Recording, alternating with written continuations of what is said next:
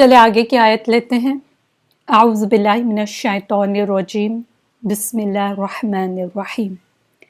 وَبَشِّرِ الَّذِينَ آمَنُوا وَعَمِلُوا الصَّالِحَاتِ أَنَّ لَهُمْ جَنَّاتٍ تَجْرِي مِن تَحْتِهَا الْأَنْهَارُ كُلَّمَا رُزِقُوا مِنْهَا مِن ثَمَرَةٍ رِزْقًا قالوا هذا الذي رزقنا من قبل وأتوا به متشابها ولهم فيها أزواج مطهرة وهم فيها خالدون۔ اور ایمان والوں اور نیک عمل کرنے والوں کو ان جنتوں کی خوشخبریاں دے دو جن کے نیچے سے نہریں بہہ رہی ہوگی۔ جب کبھی وہ پھلوں کا رزق دیے جائیں گے اور ہم شکل لائے جائیں گے تو کہیں گے یہ وہی ہے جو ہم اس سے پہلے دیے گئے تھے، اور ان کے لیے بیویاں ہوں گی صاف ستھری، اور وہ ان جنتوں میں ہمیشہ رہنے والے ہیں۔ چلے ایک ایک کر کے دیکھتے ہیں۔ وبشر، اور خوشخبری دے دو۔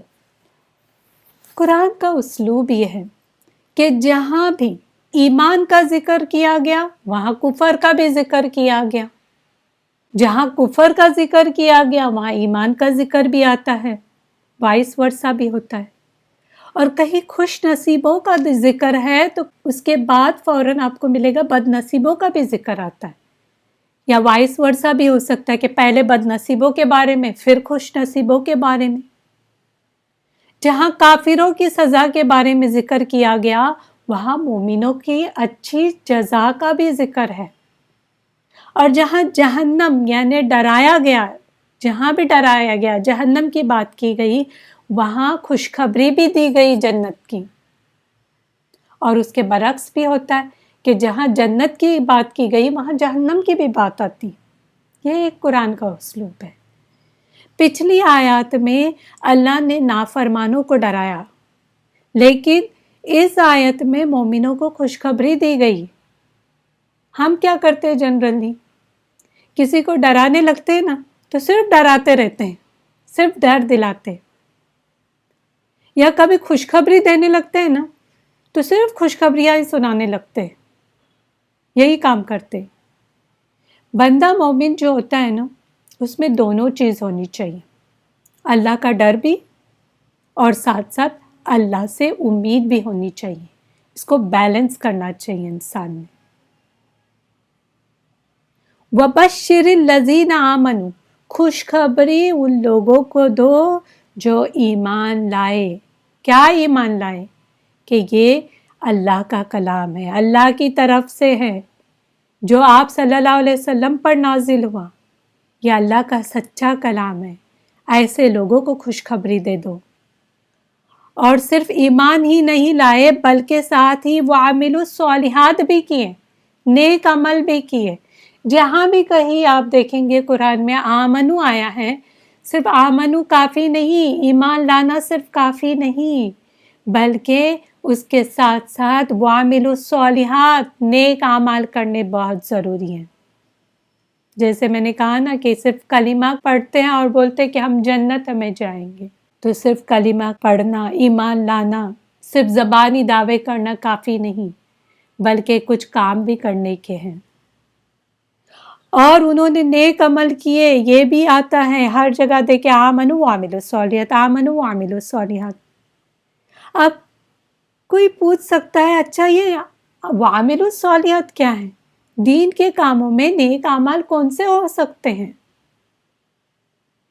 پہلی بات، ایسے اعمال جو قرآن و سنت میں ہو، قرآن سے ثابت ہو، سنت میں بھی ثابت ہو، یعنی اللہ اور رسول صلی اللہ علیہ وسلم نے کہا ہو، وہی ہمیں عمل کرنا ہے۔ کسی اور نے کہا وہ نہیں عمل کرنا ہے، بلکہ دیکھنا ہے کہ قرآن اور سنت میں کیا آیا ہے۔ پہلی چیز وہ آ گیا وَعَمِلُوا الصَّالِحَاتِ میں۔ دوسری چیز یہ ہے کہ خالص نیت اللہ کے لیے ہو، دکھاوا نہ ہو، کسی اور کے لیے نہ ہو، تو نیت بھی اللہ کے لیے ہو، خالص نیت ہو۔ چھوٹی سے چھوٹی بھی آپ نیکی کا کام کریں، اس میں بھی نیتوں کو خالص کیا کریں۔ تیسری چیز کیا ہونی چاہیے؟ جس طرح آپ صلی اللہ علیہ وسلم نے عمل کیا ویسے ہی کرنا ہے۔ اپنی طرف سے نہ کوئی چیز ایڈ کرنی ہے اور نہ ہی کم کرنی ہے، جیسے میں نے پہلے بھی لیکچرز میں بتائی تھی۔ مغرب کی نماز آپ بولیں گے 3 نہیں میں 4 پڑھتی ہوں، کیا چلے گا؟ یہ ملٹیپلائی بائی 0 کیا جائے گا، اپنی طرف سے نہیں کرنا ہے۔ یا آپ کہیں ظہر کی فرض نماز میں 4 کے بدلے 3 پڑھتی ہوں، کیا قبول ہوگی؟ نہیں ہوگی۔ تو یہ بھی ضروری ہے کہ جس طرح آپ صلی اللہ علیہ وسلم نے عمل کیا اس طریقے سے ہمیں کرنا ہے، کوئی چیز نہیں ایڈ کرنی ہے نہ ہی اس میں سے کم کرنی ہے۔ ہم کسی کو یہ نہیں کہہ سکتے کہ فلاں آیت یا فلاں سورت کا 1,00,000 مرتبہ یا 2,00,000 مرتبہ ورد کریں، بول سکتے ہیں کیا ایسا؟ یا رات بھر 100 رکعتیں آپ نماز کسی اسپیسیفک رات میں پڑھیں، یا اتنے بار صورتیں پڑھیں، 1,00,000 بار پڑھیں، تو دیکھیں آپ دیکھیں گے کہ آپ کی جو پریشانی ہے نا دنیا کی وہ دور ہوگی۔ اس طرح سے ہم نہیں کہہ سکتے، اس کا اختیار ہمارے پاس نہیں ہے، کیونکہ ہم رسول نہیں ہیں یا ہم اللہ نہیں ہیں۔ یہ اختیار اللہ کے پاس ہے، اور رسول صلی اللہ علیہ وسلم نے بھی اپنی طرف سے کوئی بات ہمیں نہیں بتائی، بلکہ وحی کے ذریعے بتاتے تھے۔ وہ جو بھی جبریل علیہ السلام لاتے تھے وہ اللہ کی طرف سے لاتے تھے۔ ایک بات ذہن میں رکھیں کہ صحیح حدیثوں میں کوئی بھی ذکر اذکار 100 سے زیادہ نہیں بتایا ہوا ہے۔ اگر کوئی کہہ رہا ہے 101 بار پڑھیں، 102 بار پڑھیں، یا 100 سے زیادہ یعنی 1000 بار پڑھیں یا 1,00,000 بار پڑھیں، تو وہیں پہ آپ سمجھ لینا کہ یہ جھوٹا انسان ہے، کیونکہ آپ صلی اللہ علیہ وسلم نے ہمیں 100 سے مرتبہ کوئی چیز بتائی ہی نہیں ہے، یہ اپنی طرف سے لوگوں نے گھڑا ہوا ہے۔ اللہ کسی پر بھی بوجھ نہیں ڈالتا اور کسی کو تھکاتا نہیں ہے، کیونکہ ہوتا کیا ہے پتہ ہے، جب انسان تھک جاتا ہے تو شیطان ایزیلی اٹیک کر لیتا ہے اس کے اوپر۔ لوگوں نے کیسے کیسے نسخے بتائے ہوئے ہیں کہ جیسے اگر بیٹا نہیں ہو رہا ہے تو پونڈ بنائیں اور پونڈ میں بیٹھ کر یاسین اتنے بار پڑھے، روز ڈیلی کا کام یہ۔ اور بیچاری وہ عورت تھک جاتی ہیں، ٹائرڈنس اتنا ہوتا ہے کہ وہ کچھ کام کے قابل ہی نہیں ہوتی ہے، گھر کے بھی کام نہیں سنبھال پاتی ہیں۔ تو ایسی چیزوں سے دور رہیں۔ بہرحال دین کے معاملے میں جو کچھ اللہ اور رسول صلی اللہ علیہ وسلم نے نہیں بتایا وہ ہمیں نہیں کرنا ہے۔ اس لیے ہمیشہ معلوم کرے کہ جو طریقہ ہم اپنا رہے ہیں کیا وہ قرآن و سنت سے ثابت ہے، ورنہ وہ بدعت کہلائے گا، بدعت، انوویشن۔ اور لوگوں نے عجیب و غریب طریقے عبادت کے بنا لیے ہیں، آپ نے دیکھے ہوں گے کبھی، یوٹیوب وغیرہ پہ آتے رہتے ہیں۔ مثلاً آیت کریمہ کا ورد کرنا، میسیجز کرتے ہیں آج ہم نے آیت کریمہ کا ورد کرنا شروع کیا، آپ بھی کریں گھر میں، تو یہ ورد کرنا یہ کیا ہے؟ بدعت ہے۔ پھر کبھی کبھی کیا کرتے، گھر میں اندھیرا کرتے، دیا جلاتے اور سب مل کے کیا پڑھتے؟ لا الہ الا انت سبحانک انی کنت من الظالمین پڑھتے ہیں۔ بولتے دیکھیے ہم قرآن کی آیت پڑھ رہے ہیں، کیا غلط کام کر رہے ہیں؟ اور پوچھے نا تو بولتے ہیں پتہ ہے وہ یونس علیہ السلام مچھی کے پیٹ میں تھے نا، اندھیرے میں تھے، تو اس لیے ہم یہ کام کر رہے ہیں۔ کیا آپ صلی اللہ علیہ وسلم نے کیے تھے یہ کام؟ حالانکہ آپ صلی اللہ علیہ وسلم یونس علیہ السلام کے بعد آئے نا، یہ کہاں سے نئی چیزیں تم ایجاد کر رہے ہو؟ پھر کچھ لوگ غاروں میں جا کے عبادت کرنا شروع کرتے ہیں، اور کبھی کبھی ہنسی بھی آتی ہے، ایسی ایسی چیزیں انہوں نے گھڑی ہوئی ہے، کنویں میں الٹا لٹکتے ہیں، بولتے یہ عبادت ہے، کنویں کے اندر الٹا لٹکا ہوا، پیر کو باندھ دیتے گانٹھے اور الٹا لٹکے ہوئے، تالاب میں ایک ٹانگ پہ کھڑے رہتے ہیں۔ ایسے بھی ہم نے دیکھے کچھ لوگوں کو، تالاب میں جاتے ایک ٹانگ پہ کھڑے رہتے، بولتے یہ عبادت ہے۔ پھر میت گھر میں لوگوں کو باقاعدہ دعوت دیتے ہیں کہ آئے ہم لوگ ہیں نا ورد کرے کسی آیت کا، تو آپ بھی آئے تاکہ وہ جو فوت ہو گئے ان کو ثواب پہنچے۔ سبھی لوگوں نے دیکھے، بہت سارے لوگوں نے دین اپنی مرضی کا بنایا ہوا ہے، جو چاہے کر رہا ہے۔ کیا یہ مذاق کی چیز ہے کیا؟ جو چاہے من گھڑت چیزیں بنا دے، اپنی طرف سے کچھ نہ کچھ دین میں انہوں نے گھڑا ہوا ہے. کوئی کیا کر رہا ہے، کوئی کیا کر رہا ہے، اپنی مرضی چلا رہے ہیں. ہمارا معیار قرآن اور سنت ہے، کوئی اور چیز معیار نہیں ہو سکتی ہمارے لیے. تو ہمارا معیار کیا ہونا چاہیے؟ قرآن اور سنت. معلوم کرے قرآن میں ہے، یہ سنت میں ہے تو ہی کریں، ورنہ لوگوں نے بنائے ہوئے چیزیں نہیں کریں.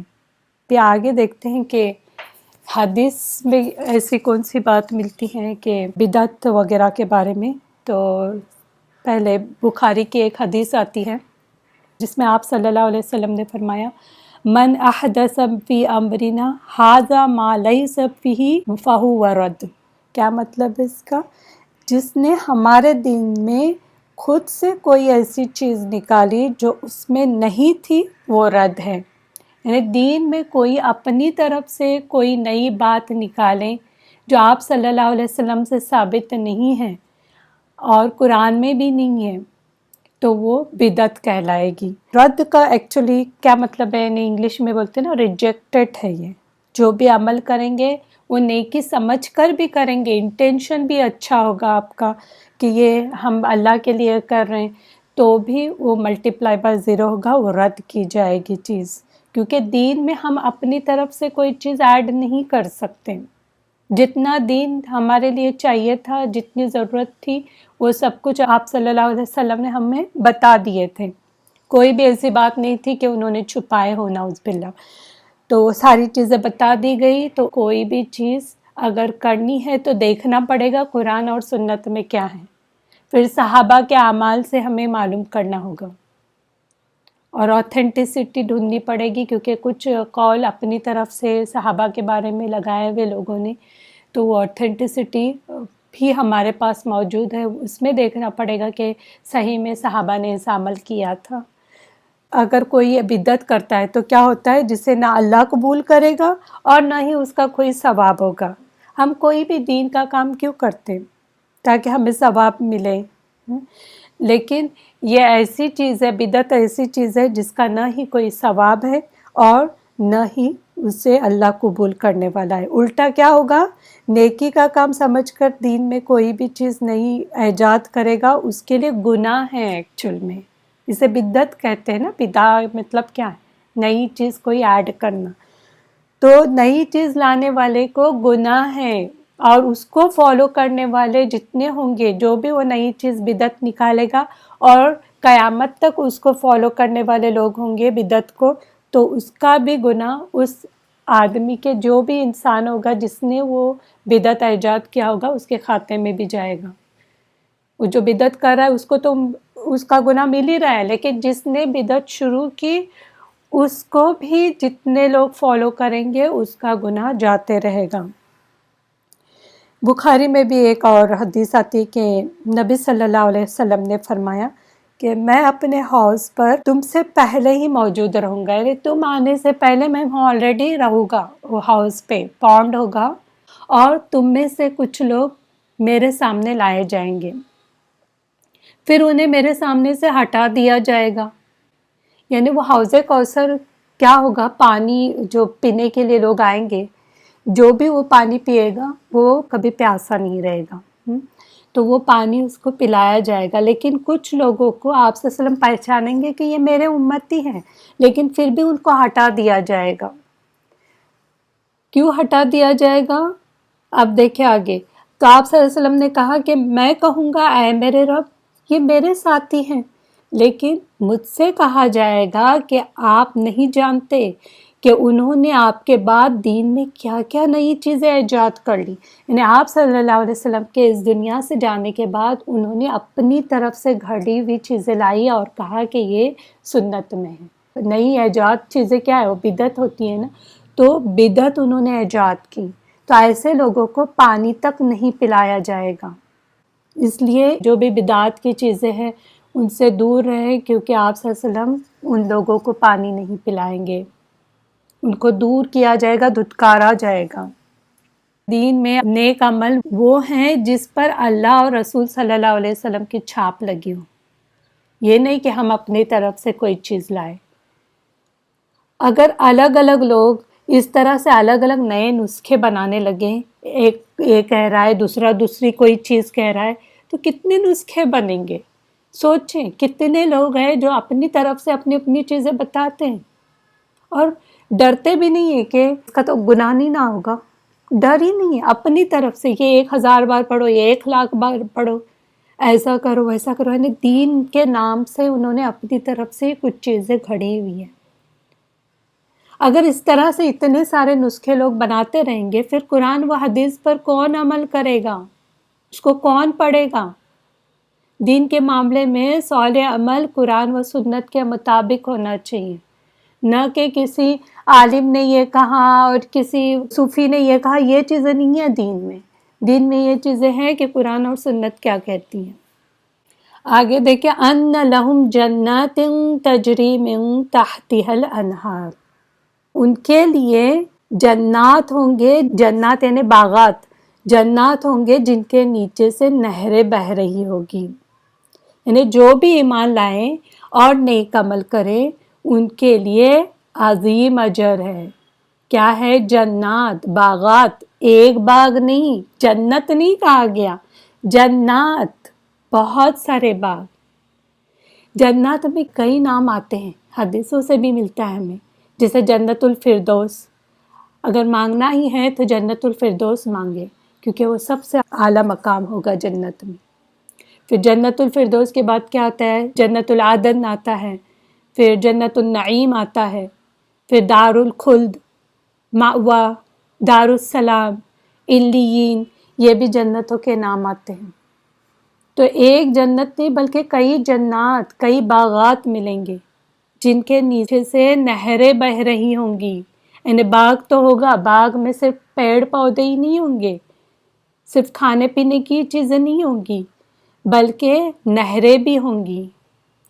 کوئی پانی کی نہر ہوگی، کوئی شہد کی ہوگی، کوئی دودھ کی ہوگی اور کوئی شراب کی بھی ہوگی۔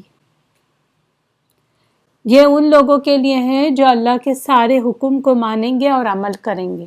صرف لا الہ الا اللہ کافی نہیں ہے بلکہ عمل کرنا ضروری ہے، تو ان لوگوں کے لیے یہ چیز ملیں گی۔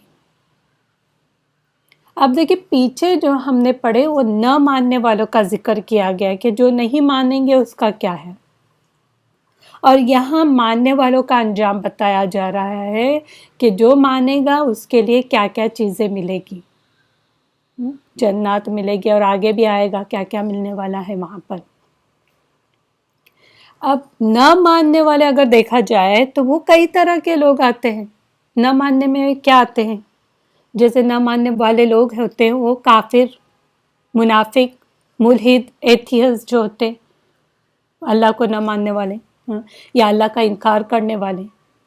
لیکن ماننے والوں میں صرف ایمان والے جو عمل کرنے والے، صرف ایمان والے جو ساتھ ساتھ عمل بھی کرے، وہ صرف ایک ہی طرح کے لوگ ہوتے ہیں، اس میں الگ الگ لوگ نہیں آتے۔ تو ایمان کے ساتھ عمل کی بھی شرط رکھی گئی کہ صرف تمہارا ایمان کافی نہیں بلکہ ساتھ ساتھ عمل بھی کرے۔ ایسے ایمان والوں کے لیے ایک نہیں بلکہ کئی باغات ہوں گے، کئی جنات ہوں گے۔ دنیا میں کسی کے پاس باغ ہو تو زیادہ سے زیادہ کتنے باغ ہوتے ہیں؟ ایک ہوتا ہے، 2 ہوتے ہیں، 3 ہوتے ہیں، کتنے ہوں گے؟ اس دنیا میں آپ دیکھیں اگر ایک بھی باغ ہو تو کتنا وہ باغ ہو جاتا ہے، خوش ہوتا ہے، سب کو بتاتے پھرتا ہے انسان کہ میرے پاس یہ باغ ہیں۔ اور اگر کچھ ایسی جگہ ہو جہاں پر مہنگی جگہ ہوتی ہیں تو اور بھی بتانا شروع کرتا ہے، لوگوں کو بتائے بغیر نہیں رہتا ہے۔ اس دنیا میں رہیں گے تو بھی کتنے باغ، اور جو آپ دیکھیں گے جس کے پاس زیادہ سے زیادہ باغ ہے وہ کتنے ہیں؟